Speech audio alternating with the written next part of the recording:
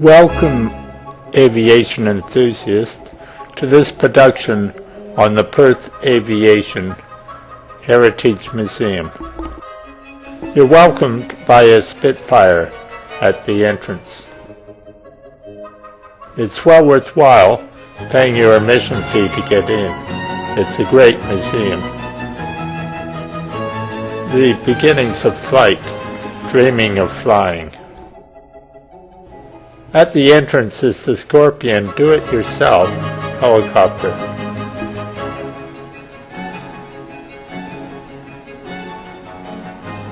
A bit frightening. The museum's only recently got a Catadina, and back in the early 1970s I had the good fortune to do a flight on a Canadian Cancel from Moosonee to Fort Albany up on James Bay in the Arctic of northern Ontario.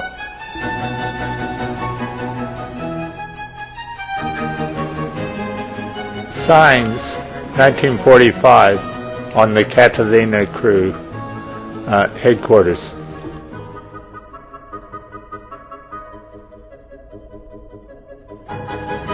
Catalina played a very important role during the Second World War, search and rescue. These cover paintings are featured in the Australian War Museum.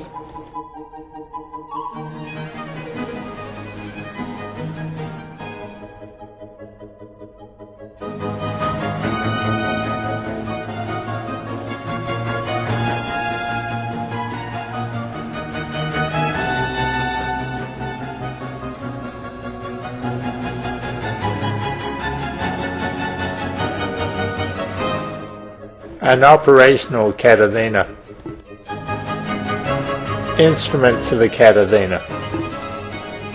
Pictured here in the museum. Cooking up a meal on a Catadina on a routine patrol, World War II.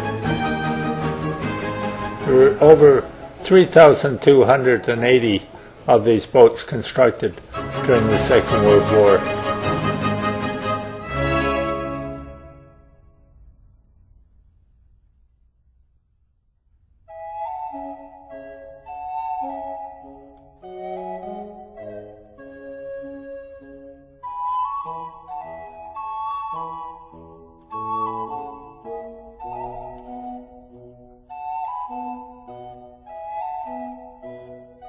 That's it for the Catadina, a hot air balloon. There's a huge collection of engines from the First World War right up to almost the present. Too many to go over, but I'll look at one or two. This engine is one of the ones on the B-29 Super Fortress used to drop the atomic bomb on Hiroshima.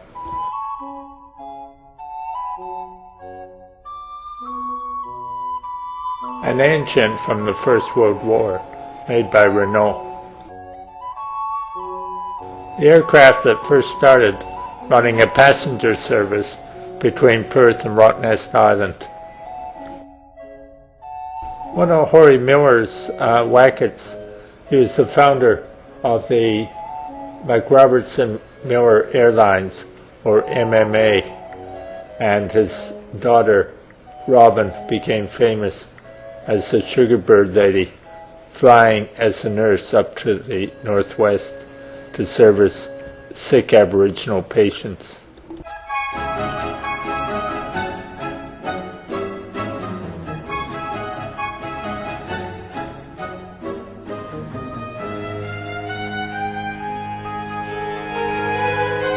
It's a big section on communications.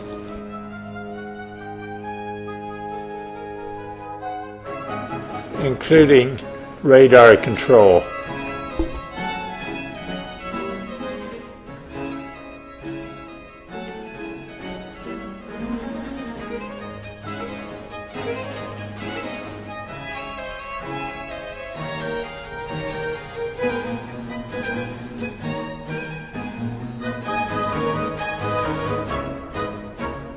There's a historical section on the battle for air supremacy in the First World War.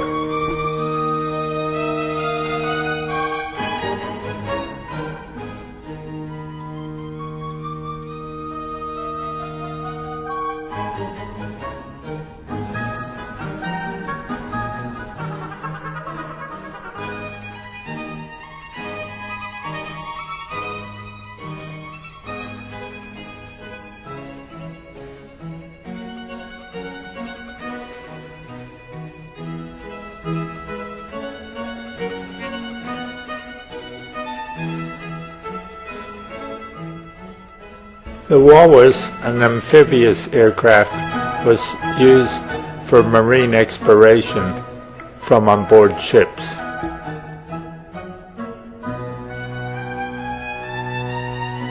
Previous plane was used for Australia's first regular airmail contract in the northern part of Western Australia. Service began in 1921 using a Bristol Tourer Type 28 aircraft from Geraldton. 6 aircraft were purchased by the West Australian Airways and during 5 years of operation covered 1.2 million kilometers.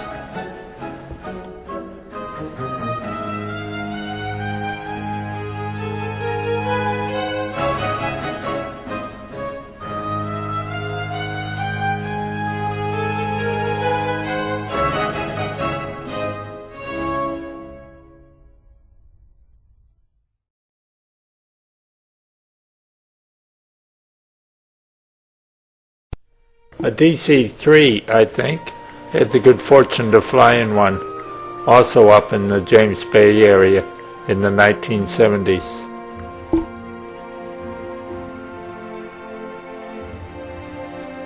An Avro Anson. Let's look at some historical photographs from the Australian War Museum of the Anson.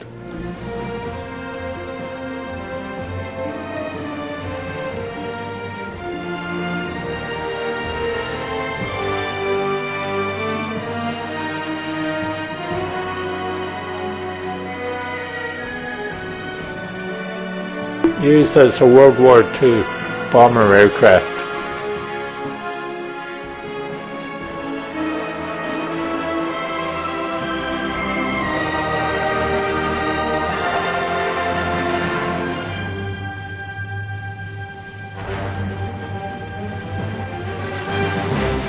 Tiger Moth.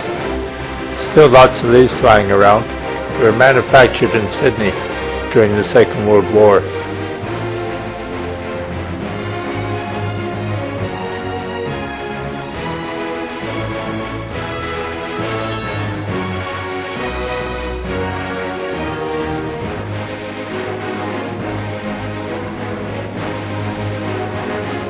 A Hawker Hurricane. This one was constructed over a 10-year period as a 5/8 replica.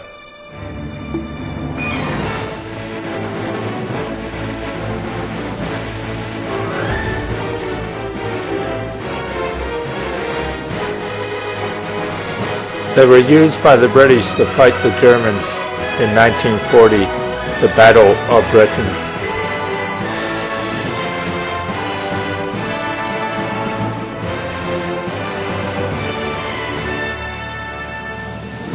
A Macchi jet. These were used during the 1960s in Vietnam, I think.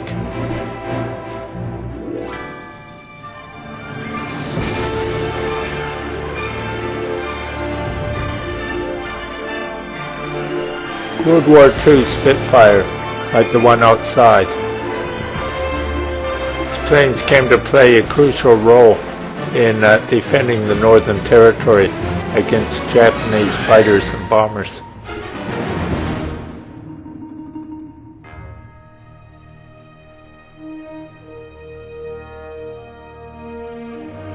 The Canberra bomber.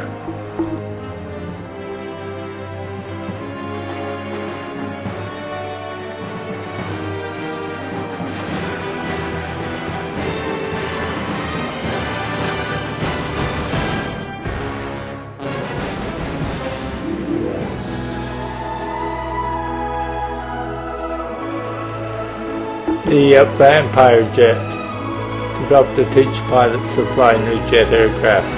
About 200 were made in Australia.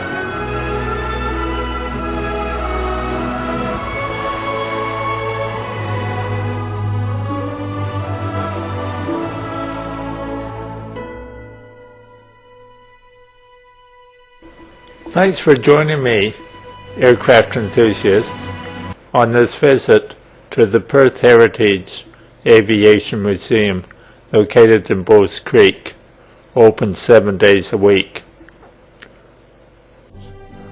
Hello viewer, welcome to this production on the Avro Lancaster bomber, used in World War II.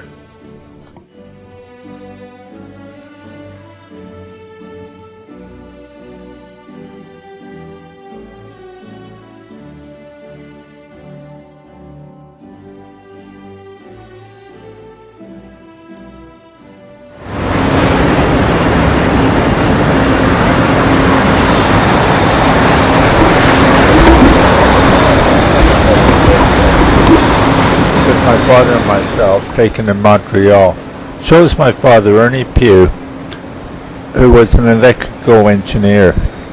He installed radios in Lancaster bombers as they finished post-production in Toronto and were being flown to Newfoundland for shipment to England. If he didn't get them installed by the time they reached Newfoundland, he'd have to complete the job across the Atlantic.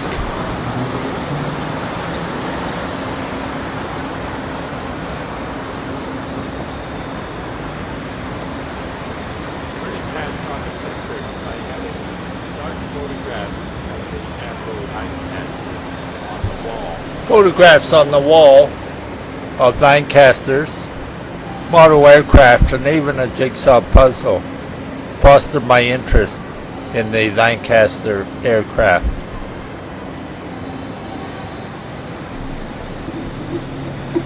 There is even a jigsaw puzzle of a Lancaster anti-flying helmet and Lancaster equipment in the basement. Very few of these Lancasters are that in working condition. A few remain rotting in junkyards. I became interested in the bomber and read books about it.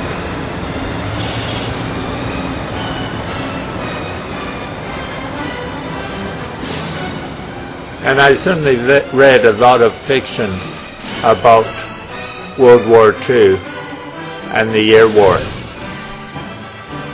I ended up becoming a history teacher.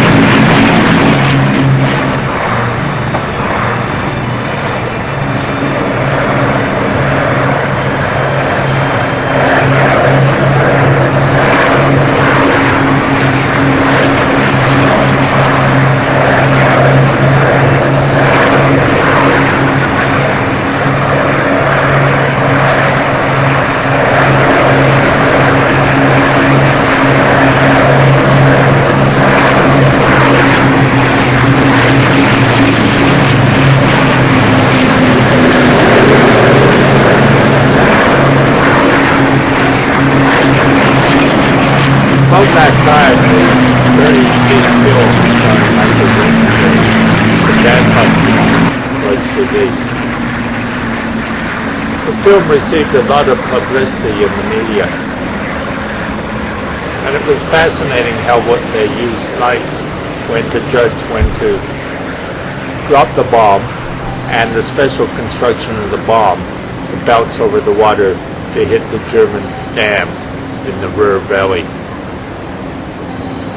The dam busters was even used as the basis for a Canadian beer, Carling Black Label beer ad.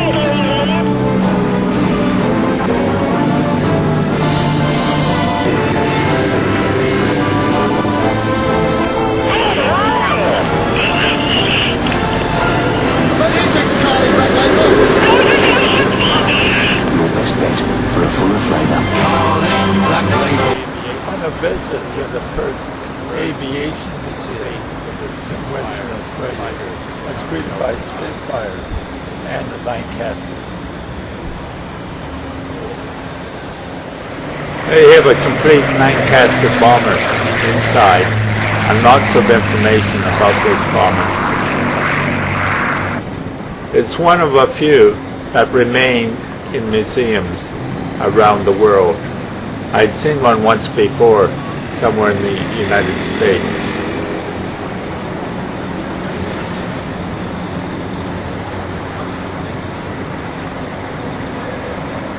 A model of the Avro.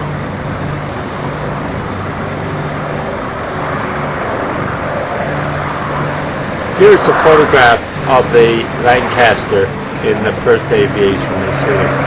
The museum is quite full of planes. It's very difficult to take a picture of the immensely large Lancaster.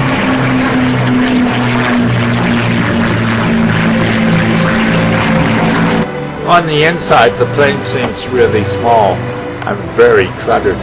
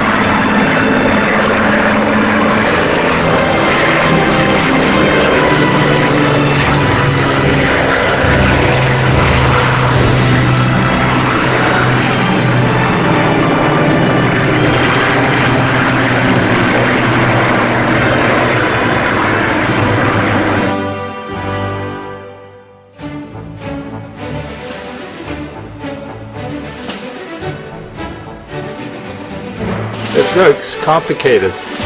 I got my private pilot's license flying a Cessna 172 before I had a bad accident, and it certainly wasn't anything like this.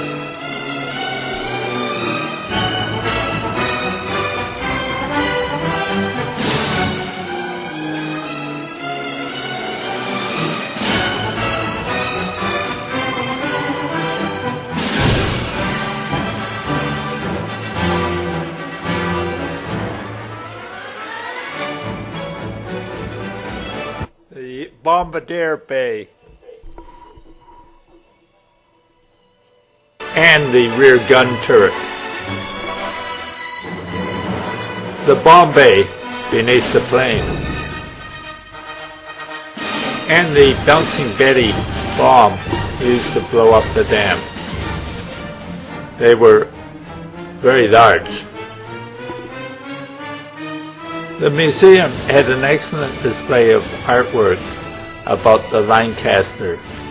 There seems to be a certain romance attached to this old plane.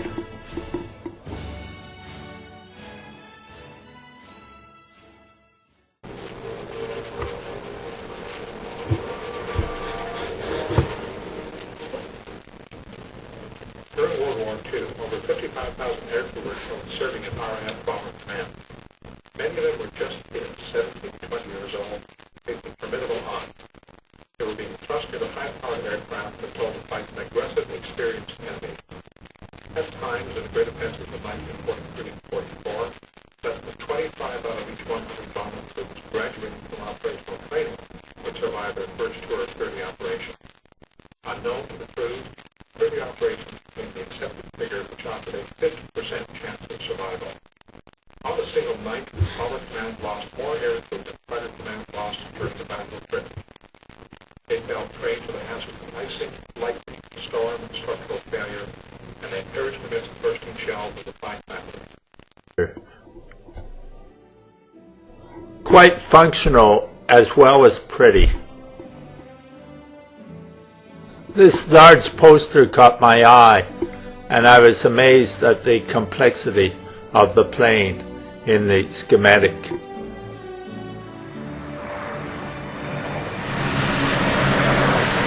Now let's take a look at some real photographs, both in the present and in the past.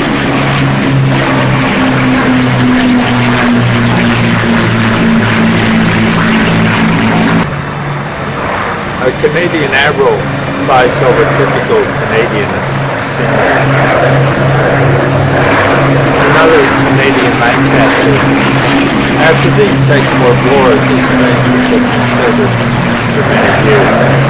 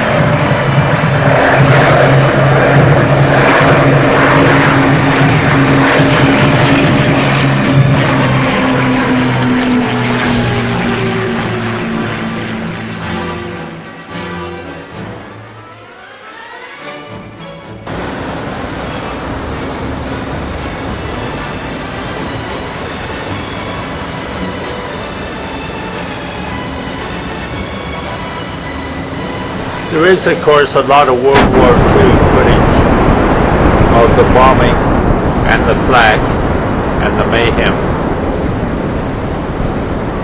A super bomb. Some of these bombs were used to sink battleships. The bomber at work.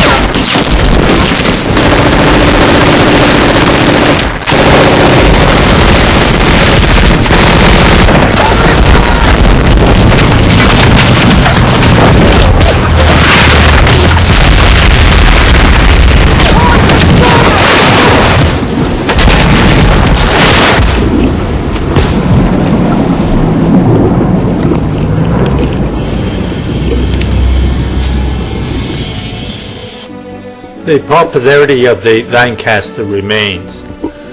It's amazing how many model makers build and fly their own model Avro Lancasters and do a very good job of it. Look at these things.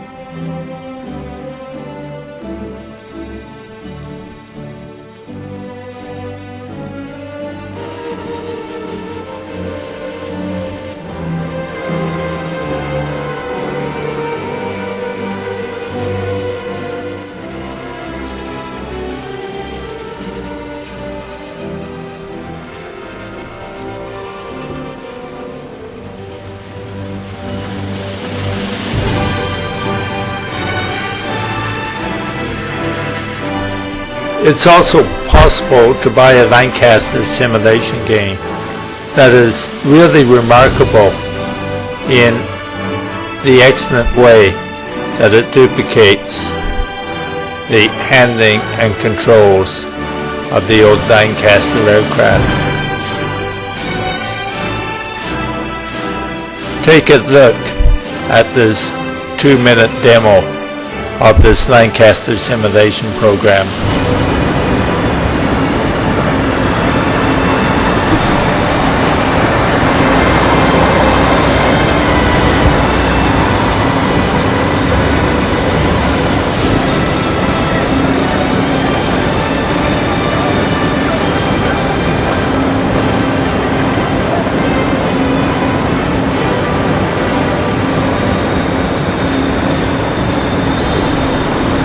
Well, that is a very good replication of the Lancaster.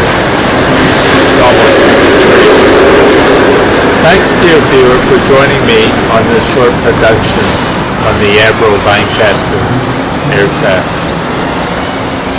I hope you enjoy it and wish you a good day.